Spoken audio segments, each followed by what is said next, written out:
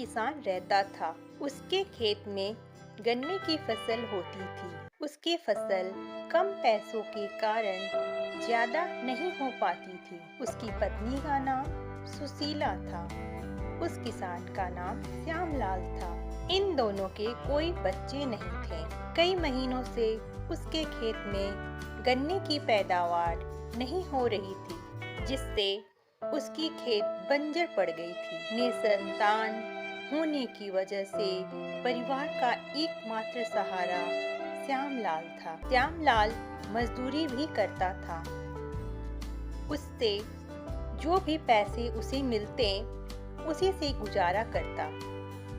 उसकी पत्नी सुशीला हमेशा भगवान की पूजा पाठ में लीन रहती थी। जब भी वह खाना बनाती तो अलग अलग भगवान को भोग चढ़ाने के लिए निकाल देती। एक थाली शिव पार्वती के लिए निकालती, एक थाली माँ अन्नपूर्णा के लिए, एक थाली विष्णु जी के लिए निकालती और आखिर में सारी रोटियों को गाय माता को खिलाती। इसके बाद ही वो दोनों खाना खाने बैठते थे। एक दिन की बात है, श्यामलाल ने अपनी पत्नी को 3 थालियों में रखी रोटियों को गाय को खिलाते देखा। प्रिय, तुम क्या कर रही हो? मेरी कमाई की आधी रोटी तुम गाय को खिला रही हो।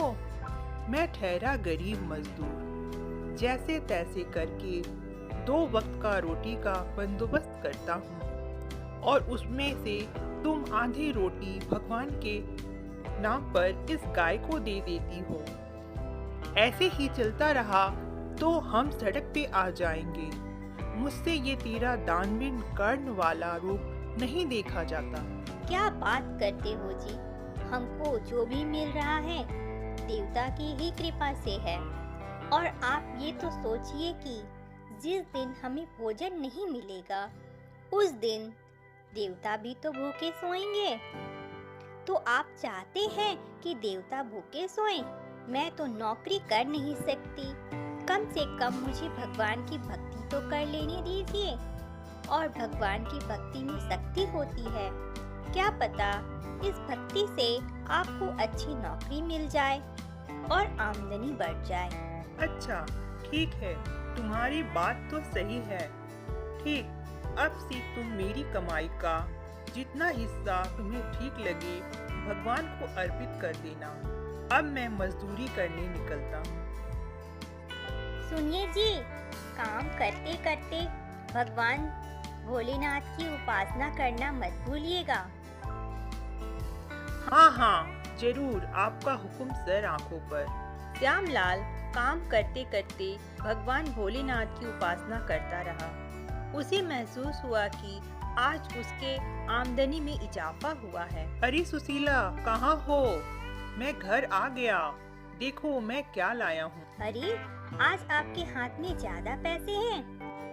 हाँ, भगवान भोलेनाथ की कृपा से आज मेरी आमदनी ज्यादा हुई है। हाँ, एक काम कर, आज ये सारे पैसे तू रख ले। ऐसा कर, आधा पैसा मंदिर में दान कर दे। भगवान को भी चढ़ जाएंगे और जिन लोगों को भोजन की जरूरत होगी उनको भी मिल जाएंगे। क्या बात बोली आपने। चलिए जल्दी चलिए, नहीं तो मंदिर के कपाट बंद हो जाएंगे। श्यामलाल और सुशीला उन पैसों को मंदिर के दान पेटी में डाल देते हैं। श्यामलाल की मजदूरी ऐसे ही फलती फूलती रही। एक दिन श्यामलाल की तबीयत बिगड़ी और उसे दिल का दौरा पड़ गया। डॉक्टर ने उसे 2 सप्ताह आराम करने की नसीहत दी। श्यामलाल, तुम्हें 2 सप्ताह आराम करना होगा। तुम्हारा दिल कमजोर हो चुका है और ज्यादा काम तुम्हारे दिल को कमजोर बना सकता है। 2 सप्ताह तक आराम? फिर हम खाएंगे क्या? एकमात्र यही सहारा है हमारे भरण पोषण का। हे भोलेनाथ, इनकी रक्षा करो, हमारी मदद करो। इधर अपने भक्त श्यामलाल और सुशीला की हालत देखकर देवताओं को उनकी चिंता सताने लगी। भोलेनाथ भगवान विष्णु जी और ब्रह्मा जी से बोलते हैं, हमारे भक्त घोर संकट में है। अगर हमने उनकी मदद नहीं की तो वे जीते जी मर जाएंगे। हमें उनकी शीघ्र सहायता करनी होगी। आदेश दे प्रभु, भोलेनाथ ने कहा। मैं खुद 2 हफ्ते तक किसान बनकर श्यामलाल के खेत में काम करूंगा। आप इंद्रदेव को बोल दें कि सिंचाई के समय वे आसमान में काले बादल का इंतजाम कर दें। और ब्रह्मा जी, आप अन्नपूर्णा देवी से बोल दें कि खेतों में इस बार अच्छी फसल की उपज करा दें। इससे श्यामलाल और सुशीला खुश हो जाएंगे और उनका जीवन पटरी पर आ जाएगा। इस तरह कुछ दिन में त्रिमूर्तियों के शक्तियों से श्यामलाल के खेत में फसल लहलहाने लगी। उधर श्यामलाल की तबीयत और बिगड़ने लगी। सुशीला निराश हो गई और महादेव की उपासना करने लगी और प्रार्थना करते करते श्यामलाल के पैरों के पास सो जाती है। सपने में उसके भगवान भोलेनाथ आते हैं और कहते हैं, आंखें खोलो सुशीला, मैं तुम्हारी भक्ति से प्रसन्न हो गया और मैंने खुद तुम्हारे खेतों में काम किया है, जिससे तुम्हारे खेतों में ढेर सारे फसल उग आए हैं और अब तुम्हारे पति को खेती नहीं करनी पड़ेगी। तुम्हारे आगे का जीवन सुखमय होगा और तुम्हारे परिवार में एक नया मेहमान भी जल्द आएगा। सुशीला की जब आंखें खुलती है तो वह देखती है कि कोई नहीं है। फिर वह अपने सपने की सारी बातें श्यामलाल को बताती है। मेरे सपने में भोलेनाथ आए थे और उन्होंने मुझसे कहा कि अब आपको कोई मजदूरी करने की जरूरत नहीं पड़ेगी, और उन्होंने ये भी कहा कि वे खुद हमारे खेतों में गए थे काम करने, जिससे हमारी फसल लहलहा रही है। ये क्या बोल रही हो प्रिय?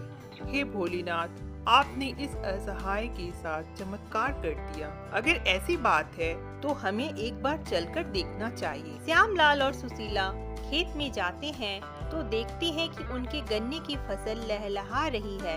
हर हर महादेव, हर हर भोलेनाथ। वाह प्रभु, आपने तो हमारे गन्ने के फसल में जान देखकर हमारे जीवन में तो मिठास भर दी। ये सब उस भोग के कारण हुआ है। देखा, भोलेनाथ ने हमारी सुन ली। मेरी बात सच साबित हुई। चलो सुशीला, मंदिर जाकर भगवान के आगे शीश झुकाकर उनका शुक्रिया अदा करते हैं। दोनों पति पत्नी मंदिर जाते हैं और भगवान का शुक्रिया अदा करते हैं और शिवलिंग पर दूध से अभिषेक करते हैं। तभी वो देखते हैं कि एक बच्चा रो रहा होता है। देखो जी, ये बच्चा कितना रो रहा है। इसके माता पिता कहाँ हैं? तभी भगवान भोलेनाथ एक पुजारी के रूप में आते हैं और कहते हैं, इस बच्चे के माता पिता की आज सड़क दुर्घटना में मृत्यु हो गई है। सुशीला की अंदर की ममता जाग जाती है। सुनो जी, मैं तो कहती हूँ कि इस बच्चे को हमें रख लेना चाहिए। ये बच्चा कितना प्यारा है।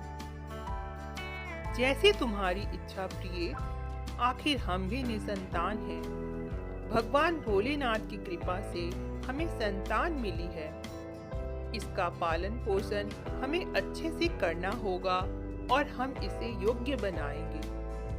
पुजारी के रूप में भोलेनाथ ने कहा, ये बच्चे को आप ले जाइए। शायद भगवान भोलेनाथ की इच्छा भी यही है। पुजारी जी बच्चे को दोनों पति पत्नियों को दे देते हैं। सब लोग प्यार से बोले, हर हर महादेव, हर हर भोलेनाथ। इस तरह बुजुर्ग दंपति हंसी खुशी जीवन व्यतीत करने लगे।